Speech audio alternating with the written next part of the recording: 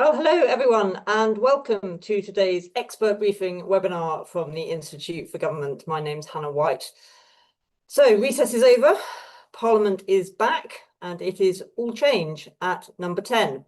We've seen some new jobs, new appointments, new structures announced this week, and that's what we've decided to get together today to discuss and answer all your questions. We've seen some sideways moves, some promotions and some exits. A lot has happened, and it's all according to the Prime Minister, designed to shift his government into delivery mode. So what does the Prime Minister's new number 10 rather look like? Who is in charge of what? Where might confusion lie? And where could we see friction? And what other changes are needed to make everything work? Will this actually make any difference at all, you might ask? As I say, I've got some questions that I want to put to my excellent colleagues today, but I'm really keen to hear your questions as well.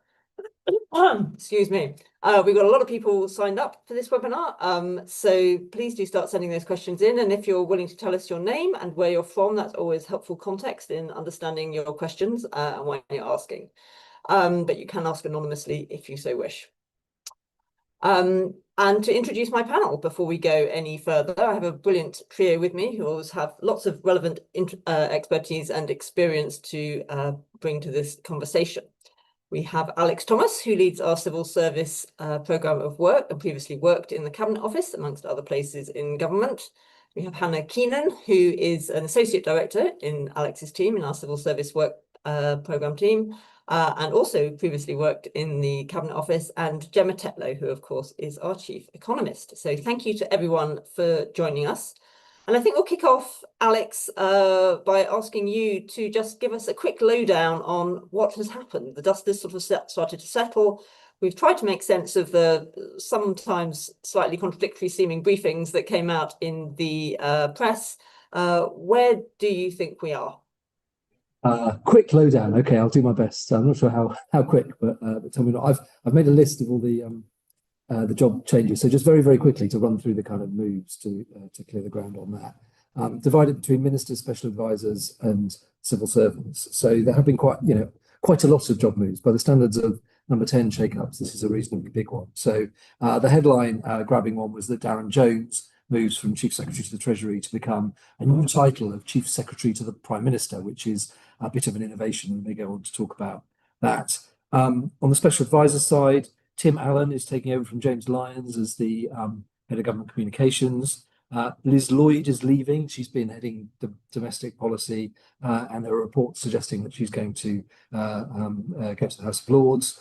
Stuart Ingham, who has been the head of the policy unit, is moving to take a more political role alongside the Chief of Staff, Morgan McSweeney, and Vidya Alekison, who's currently the Deputy Chief of Staff, is overseeing the policy unit for now, but we're expecting some more appointments on that.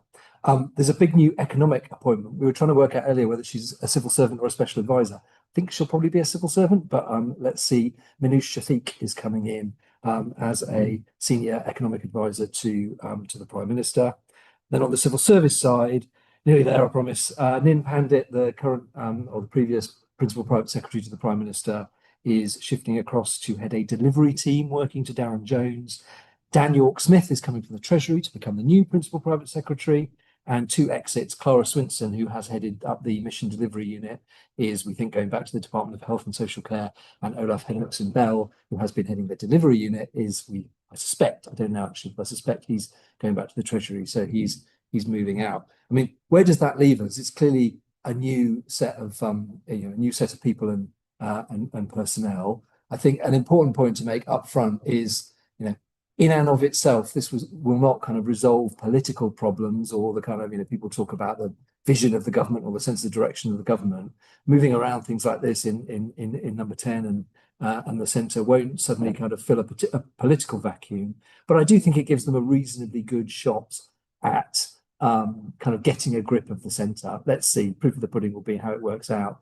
But the more I think about it, the more I think the structure does make sense. I think the Darren Jones role could be a real strengthening of the Prime Minister's ability to kind of broker and push the government's agenda through government departments.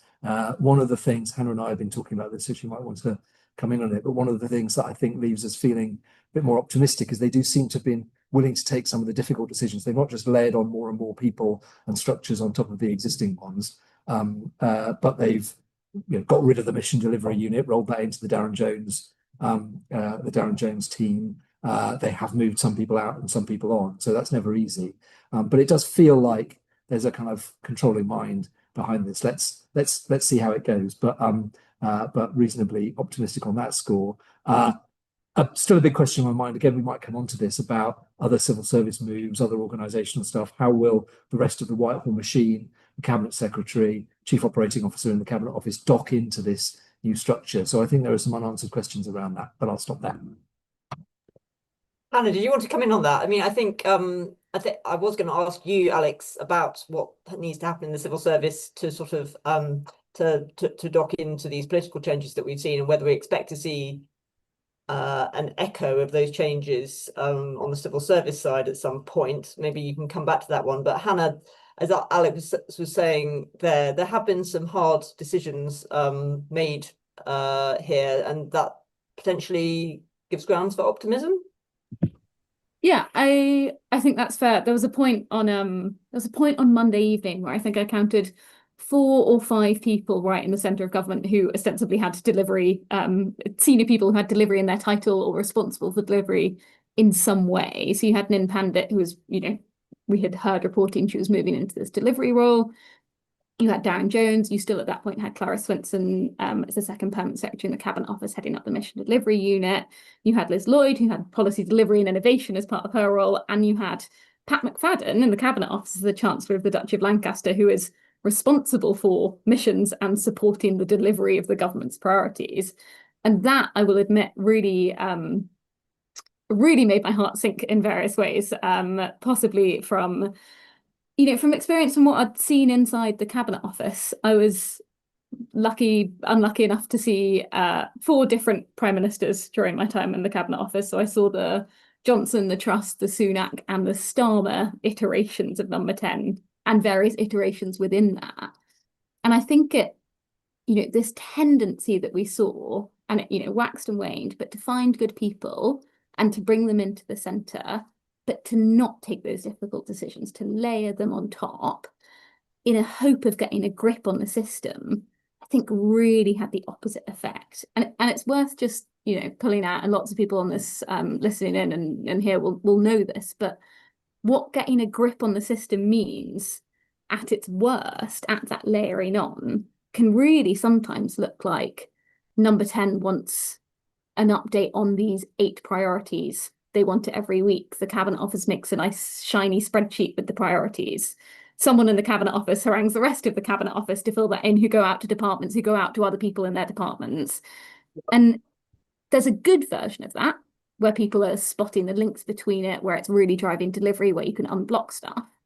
And there's a less good version of it, where it becomes process for the sake of process. And if you keep layering new people on, that is not at all an efficient way to really run a system. And I think it has produced in me, I think, a bit of an allergy to the sense of, we'll bring this person in to get grip. But exactly as you say, and to Alex's point, the fact that actually, by Tuesday evening, we're saying, no, you've got Darren Jones running this thing in the Treasury, in number 10. You have Nin working with Darren. You're bringing in the mission delivery unit from the Cabinet Office into that structure. I think that is really, really positive and is definitely, a step in the right direction in terms of providing clarity. And potentially a bit more detail to come. I don't know, Hannah or Alex, if you want to answer this on the civil service side, though, more generally. Alex. Yeah, I mean, well, let's see. My hunch is there'll still be some other kind of fallout for the civil service, just so that you make sure that that the civil service teams are properly docking into this new structure, that Darren Jones has the support he needs. Hannah mentioned Pat McFadden. I'm still a little bit unclear on what Pat McFadden's role is going to be. There was some briefing on Monday that Darren Jones would work jointly to the Prime Minister and to Pat McFadden. Is that the case? What does that mean for what McFadden's going to do? I mean, we've argued in some of the stuff we've put out over the last couple of days, but also much before that something like this would be an opportunity to to link up, say, the cabinet secretary to be more explicitly the Prime Minister's chief policy and delivery civil servant, alongside Darren Jones in this model? And could you create a new head of the civil service, or do you use Cat Little as the chief operating officer in the civil service in the cabinet office to free up some space for Pat McFadden to really focus on making the system work, government reform, civil service reform, public sector reform, and kind of embedding the missions if those still exist. We may come back to that. There are still some unanswered questions, and I don't want to be too sort of, we've been pretty positive about it. I do think this is, perhaps contrary to some of the coverage, I do think on its own terms, this makes sense and is quite positive, but it will only work if it then has that kind of knock-on consequence of rationalising all of the kind of reporting lines, and this critical point about who speaks for the Prime Minister to the rest of Whitehall. Pretty universally acknowledged that that's been quite confused over the course of the first year of this government, with different voices purporting to speak to the Prime Minister. Is it really clear Darren Jones and Darren Jones's kind of proxies are giving a single kind of voice to the Prime Minister? One of the reasons why, if this doesn't work, it will fail because it's not clear that Darren Jones is the unequivocal voice of the Prime Minister across Whitehall. Does he have Starmer's sort of complete backing as he tries to broker and sometimes go up against other cabinet ministers? Jones is quite a senior minister in this model, and he will attend cabinet and so on. But can he go toe to toe with the Home Secretary, with the Foreign Secretary, with all the, how is this actually going to kind of shake out? So I do think the wiring underneath this will matter. Okay, I want to come on to the economic changes that we've seen, both the bringing in of Darren Jones and the appointment of Minouche Shafik. But just before we go there, there's the most popular question so far, which is coming through on my Slido. And do remember, if you're watching, you can look at those questions that are being posted. And if you like the questions, you can upvote them so that I know which ones people really want answered. There's one that just touches on something that you said, Hannah, in the course of your first answer. An anonymous question asking, I'm curious to understand what getting rid of the MDU, the Mission Delivery Unit, means in practice. If the same people are doing broadly the same thing for a different boss, what changes? So I'm not convinced they are getting rid of the Mission Delivery Unit, but I don't necessarily think that's a bad thing. So I think the worst thing that you would have is a small group of people under Darren Jones in number 10 and Clara's Mission Delivery Unit in the Cabinet Office. I think the premise of the question feels right to me. They're not getting rid of it. What they're doing is moving it from the Cabinet Office into number 10, as far as we can tell. But I mean, again, let's see. I think, to me, what changes comes back to Alex's point about if, through this move, you can provide clarity that this is a Mission Delivery Unit with a head, both political and civil service, that speaks for the Prime Minister. That's what changes, because you get that real line of kind of accountability and drive right through from number 10 through to departments. And hopefully, fingers crossed, the other positive thing that changes is that you've got a direct line right up to the very top. A delivery unit should be a two-way thing. You've got a direct line from departments right up to the very top. They know who they are calling in the centre to fix a problem that is stopping them delivering. And I think that's been confused for quite a long time. Okay, well, we will watch and wait to see whether that is indeed that sort of change. Gemma, can I come to you and return to the interesting move that we've seen of Darren Jones from being Chief Secretary of the Treasury to this new role of Chief Secretary to the Prime Minister? Do you think his appointment suggests that the Prime Minister essentially thought that the Treasury has been working more effectively than number 10? I'm not sure if it reflects thinking that the Treasury as a whole has been working more effectively, but I think it does reflect a feeling that Darren Jones has had quite a successful year in the role that he's played as Chief Secretary to the Treasury. And particularly his big task over the past year has been to deliver the spending review that completed in June. And that was quite a tricky thing, particularly the second phase of the spending review, looking at spending from next year onwards. There wasn't a huge amount of money around. So that meant some quite difficult choices between the government's priorities and with different departments potentially losing out in that battle. And I think Darren Jones seems to have done a very good job of working with ministers across all other government departments to understand where they were coming from. It does seem to have been a slightly less confrontational process than we've had in previous spending reviews. I think we saw a lot less of the kind of briefing to the papers about different needs and things in areas, which I think is what you get when ministers are trying to bounce the Treasury into giving them more money for their priorities by going to the press to make that public. And we saw a lot less of that this time. And the spending review did seem to land pretty well, actually. Some of the areas where we in our work thought there might not be enough to achieve the government's objectives ended up with some quite carefully constructed budgets that, if they hold, do put more money in the government's priority areas. So I think all of that was reflected, was quite a successful year for Darren Jones. And I think he's shown that he's a minister who both has he's good at the administrative detail and did get into the spending review process, and he seems to have been quite involved in things like thinking about new financial reporting systems and infrastructure strategies, and quite into the the nitty-gritty of getting things done in government, but also having the sort of political skill to work with other ministers, keep them on side. And I think it's probably that may be the attraction to Keir Starmer in bringing him into number 10.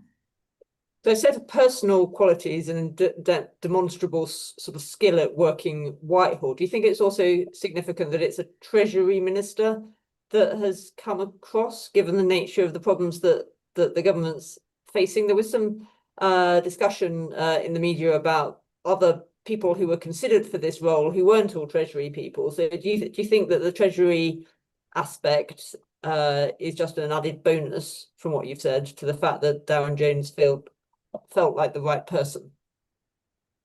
I think one advantage of him is that through that spending review process, he's probably very well up to speed with issues right across government, which probably puts him in a good position to start in this role of delivery. I think it always, as we often point out in our work, the Treasury is always a more powerful player within government. So having someone who understands what's going on in the Treasury, has those relationships, and will be understanding where the Treasury is coming from in future is probably also very helpful to Keir Starmer.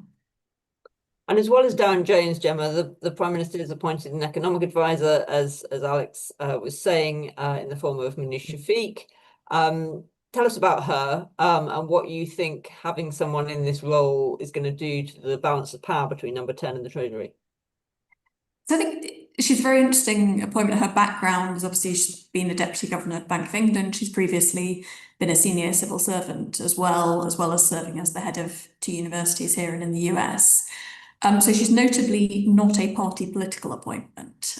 She's much more on the bringing the economic expertise to government. So I think that has been notably lacking within the number 10 team. They haven't had a really big hitter on the economic side. And so I think this is a positive move there. We've often talked in our work about the need to have a strong economic voice in number 10 to act as a balance to the Treasury. But I think it's not just a balance, but it's also making sure that number 10 and the Prime Minister are really across the economic issues and looking ahead to the next year and beyond. A key constraint on what the government can do, or the reason it's facing difficult trade-offs, is because the economic outlook is weak.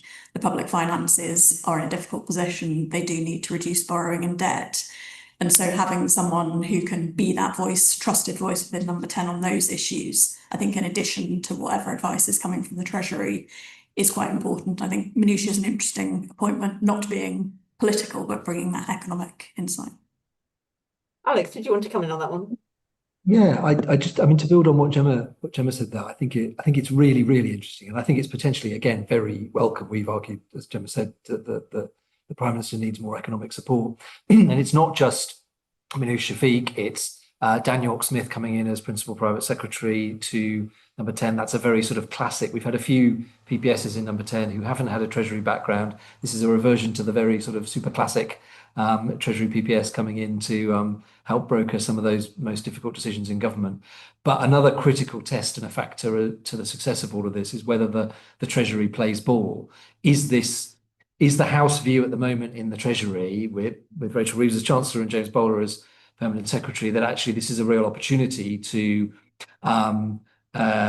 line up with number 10 and actually to strengthen the Chancellor's position by making sure the Prime Minister is fully kind of on board and, you know, hands dipped in blood and all of that, by working through a set of trusted interlocutors in Dan York-Smith, and Minouche Shafik has got Treasury chops and got Treasury confidence, you would hope, as well.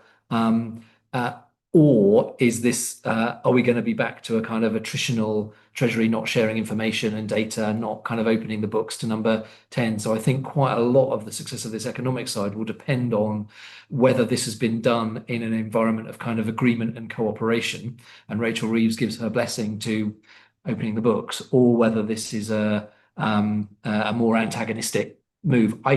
It seems that it's the former. If it isn't, then that's going to be a disaster. Gemma? I totally agree with what Alex says there, and it does seem at the moment that this is a more collaborative, seen as positive by both Treasury and number 10 side. I think to Alex's point about if Treasury shifts to a position of being much more antagonistic and being more protective of information, I think at least with Dan York-Smith and Minouche Shafik in number 10, those are two people who will know the right questions to ask and be better able to push the Treasury on what it might be saying if they're not so open to revealing their thinking. Yeah, so that expertise about how government and the Treasury works just as valuable in some ways as the economic expertise. Hannah, I want to come back to you. I wanted to ask in any case about missions, and we've had a number of the questions coming through on the Slido have related to missions. One asking that we're picking up on reports today in the Times which suggest that government is refocusing on 3 things. So instead of 5 missions, which we had before, and I forget how many milestones, this focus on 3 things: making people better off, improving the NHS, and security of borders and communities. And the question that's come through, and as I say, there's a couple of versions of this, are: do these changes that we've seen and the changes, in emphasis in government communications, mean that the wider sort of idea of missions is dead, and especially potentially that opportunity mission, which doesn't seem to feature in those 3 priorities? I am still cautiously positive on missions, I think. I think this is maybe their final chance to like really happen. Which, you know, let's wait and see. The 3 priorities that you talked about, you know, making people better off, the NHS and security, you can sort of map those onto the original missions in some ways, with the exception of the security one. You can make a good argument that, you know, the global context changed after Starmer came into power, and of course that needed to be added to reflect what was happening. So kind of taking the best good faith argument about missions, I think the setup could help in 2 ways. And I think this depends on what you actually think about missions. So, or what you conceive of as being mission-led government. So I think you've got one way of thinking about it, which is doing the missions is about delivering the milestones in the plan for change.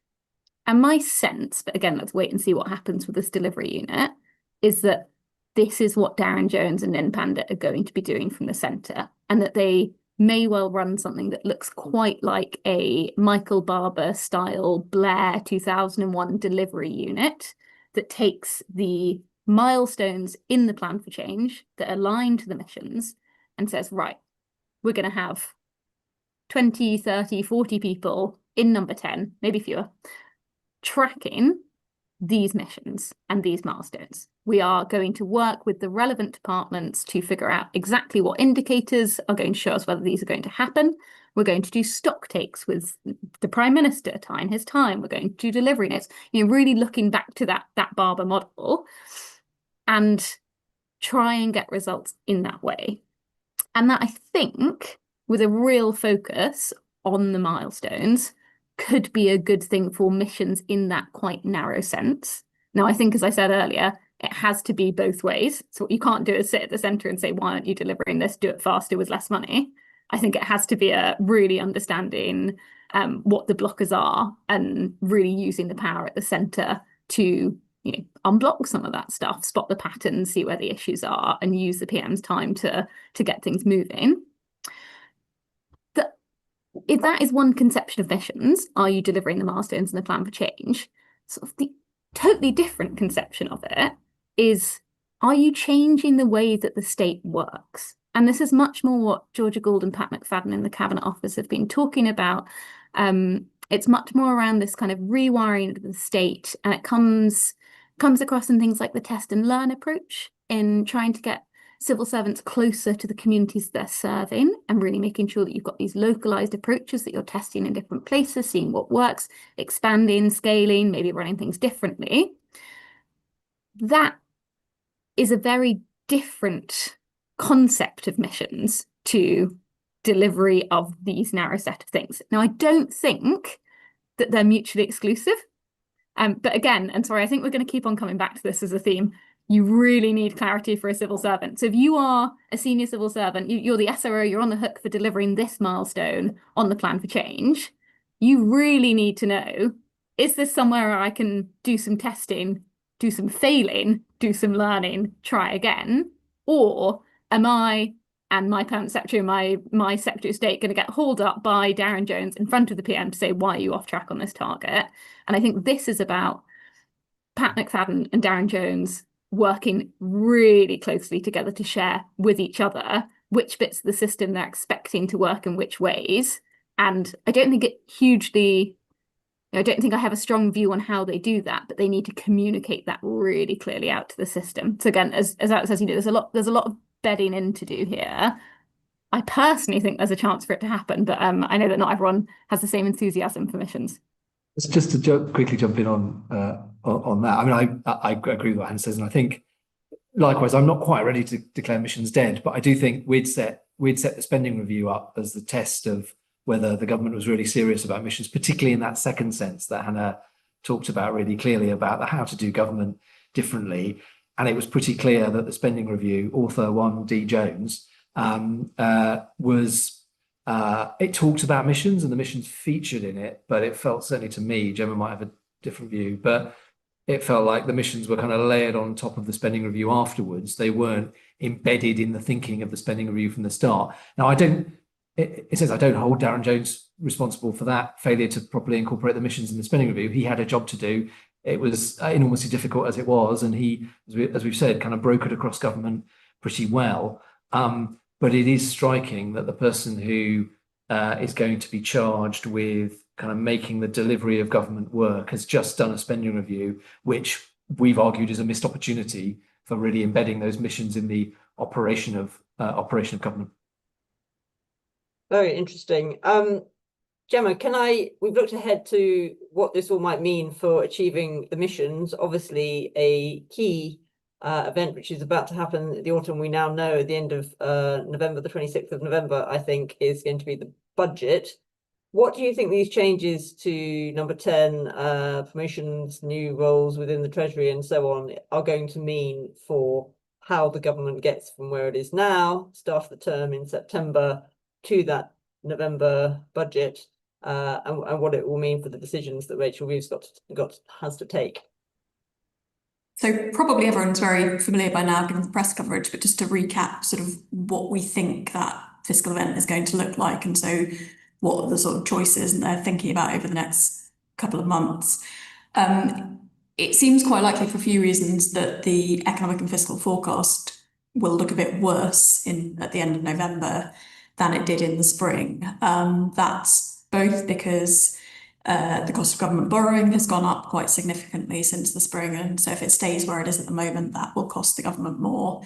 And because there's potential for the OBR to revise down its outlook for economic growth, which would have costs for the public finances.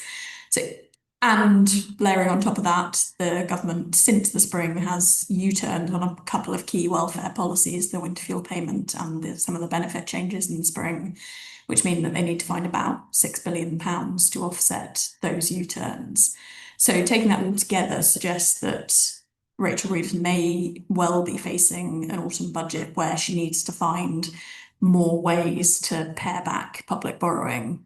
And that's not just because she has some fiscal rules which she doesn't want to break, but also because the increasing reality over the last year or so has been that government borrowing market is very difficult. There's a lot of volatility in gilt prices.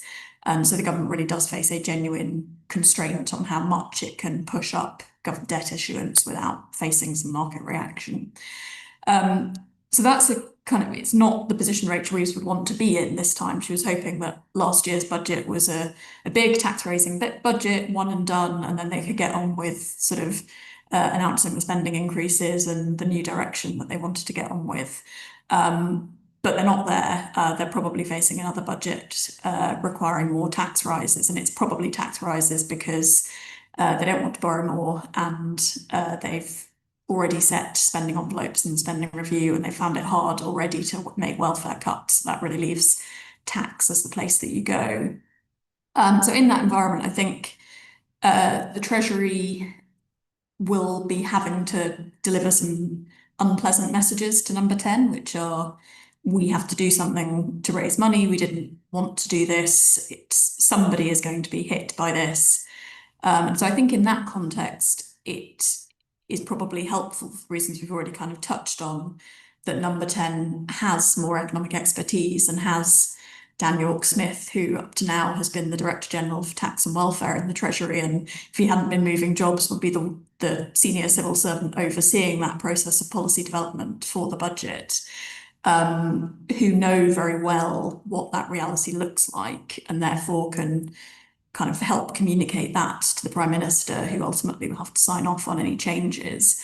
And I think that will probably help to provide a bit of balance to presumably the other voices that the Prime Minister will be hearing, whether that's from the public, from backbenchers, or from other ministers who inevitably are always more enthusiastic about doing more giveaways in one way or another, and perhaps a little less aware of the fiscal realities that they face. I mean, it's interesting that they've announced quite a late budget date. It's not unprecedentedly late. We have occasionally had December budgets, but it's relatively late in the year.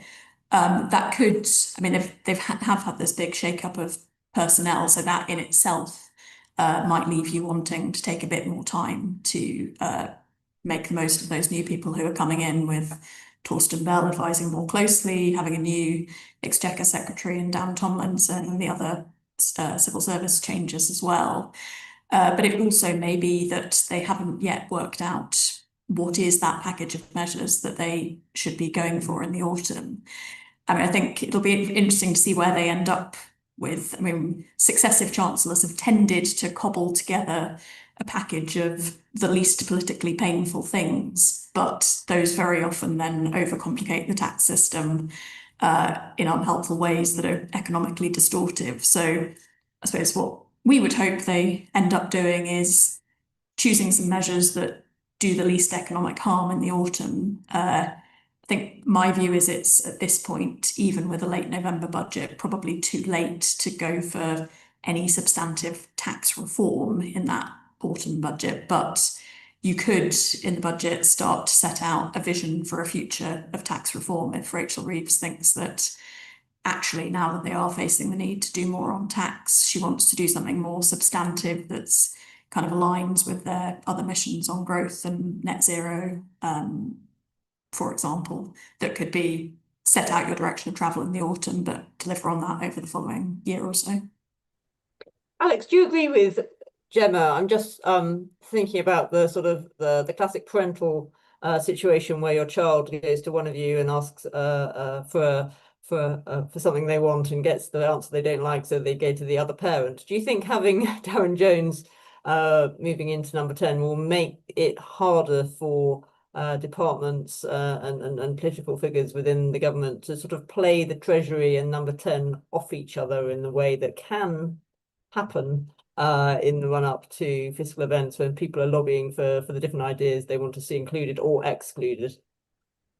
Interesting. We're learning about the White family household there with your kids. Who's the Chancellor and who's the Prime Minister? Anyway, let's not go there. No, I think I mean, it should help. I think there isn't. So yes, the fact that if this works well, there are kind of much clearer linkages between number 10 and number 11 and the different parts of the centre should help with what we talked about with the work we did in the centre. One of the reasons why we recommended a first secretary character, not a chief secretary, but fine, we'll take it, in number 10 and the Cabinet Office, was in order to kind of knit together that strategic, knit together the different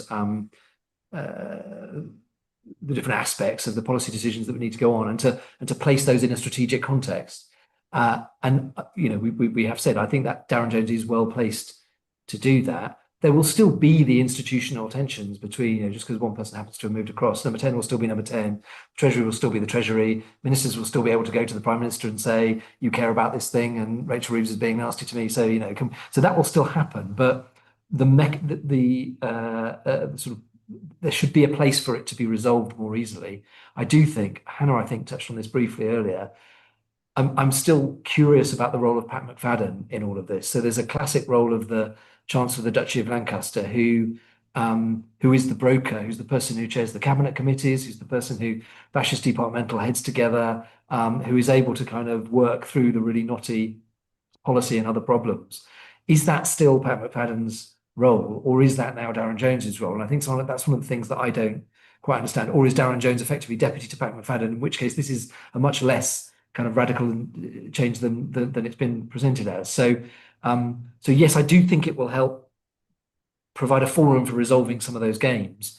But again, I think it involves, firstly, on all the key actors playing nicely together, but secondly, to the point we've all made, being really clear on what the different roles are and how and what role does McFadden have vis-a-vis, as opposed to Jones and the Prime Minister himself and the Chancellor and so on.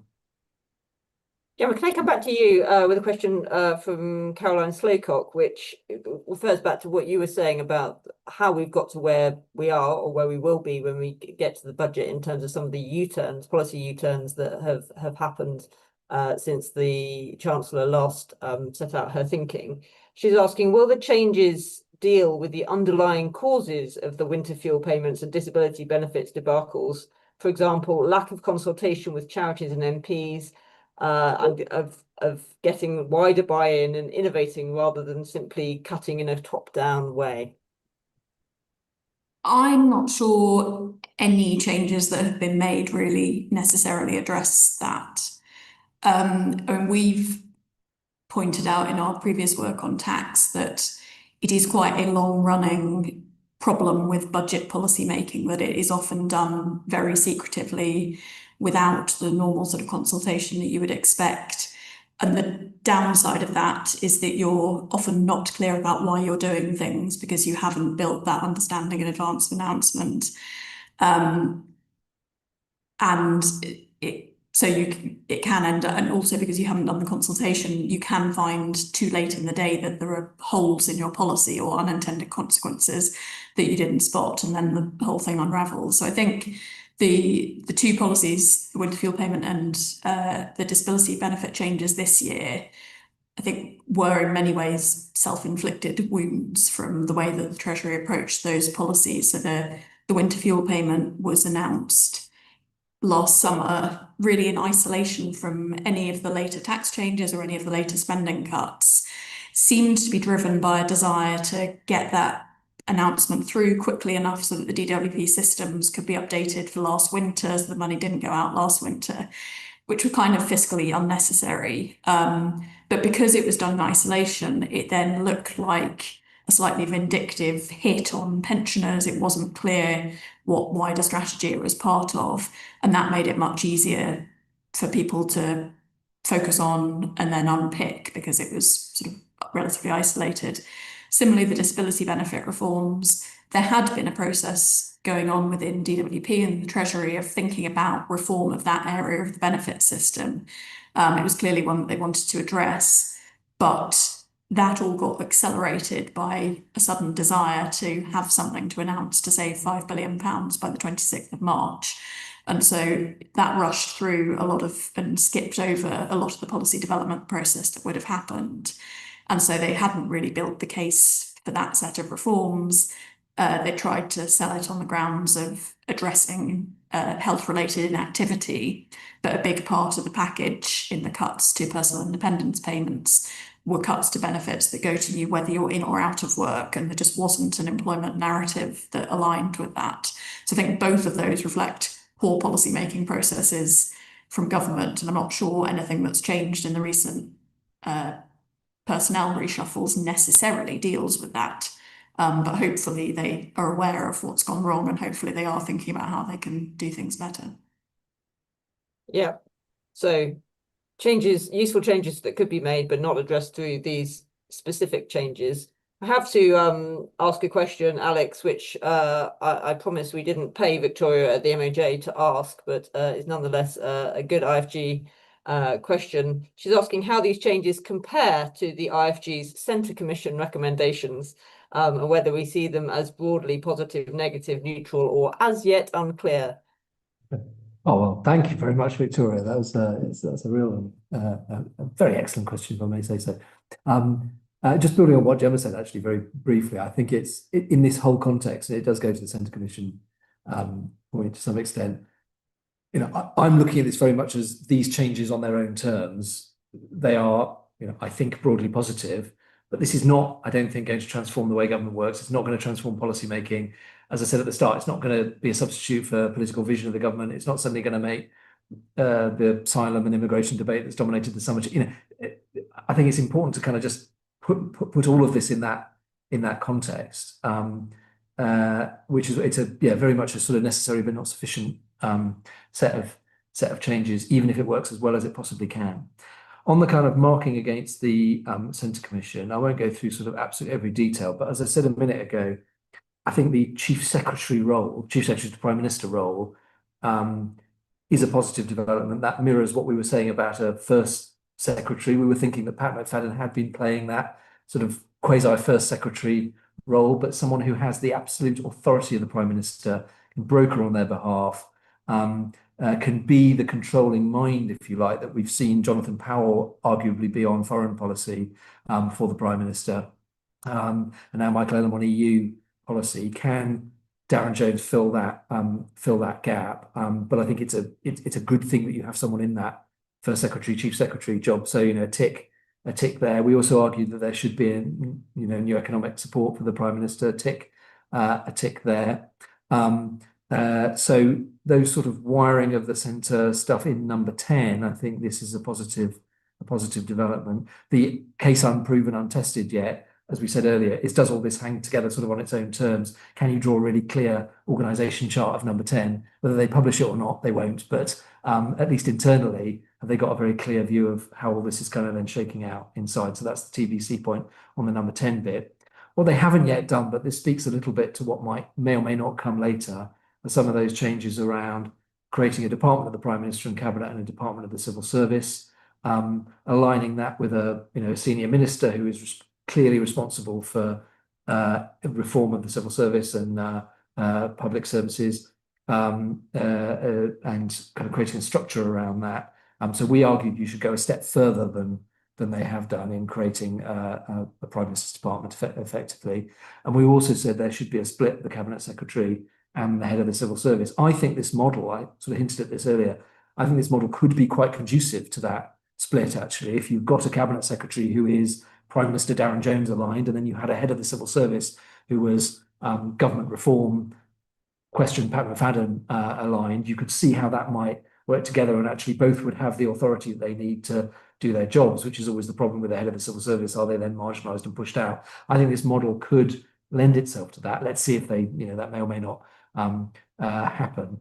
So that's a TBC. And then the kind of missed opportunity point goes to the spending review. One of the things we finished on the Centre Commission saying was that you need to use this structure to really take a kind of coherent strategic view around the spending review. That's obviously already happened, but I wonder if we're talking to civil servants, so already starting to think about what the next spending review might look like. So get through the budget. It won't actually be that long till the next spending review. So something to keep an eye on is whether this set of arrangements sustains for longer than the previous ones and sets up Prime Minister, the Chancellor, the rest of government to take a more strategic approach, whether it's mission-led or not, to the next big set of spending decisions that will come sort of in the run-up to the next election.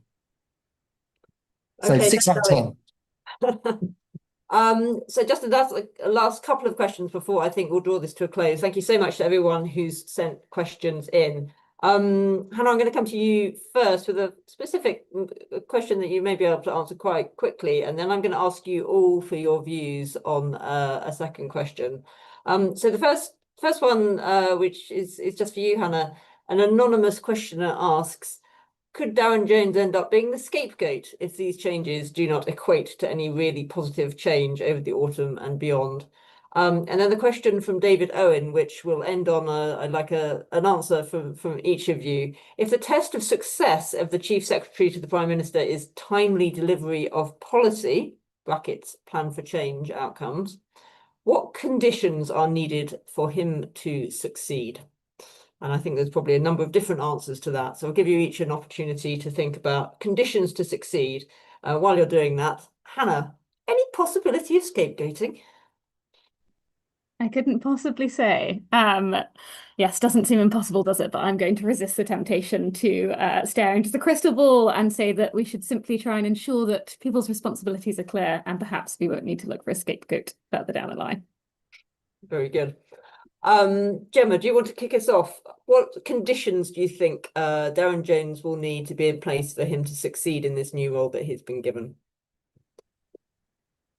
So I think one of those three things that now seem to be the focus is making people better off. And I think it always seems to be the case that how people feel and their incomes and financial well-being makes the electorate feel good or bad about government. So I think one key thing, and this is probably just me reaching for the economics all the time, but I think one key thing will be the economic backdrop, and some of that will depend on government policy, although actually government policy often shapes the economy over the longer term rather than the immediate term.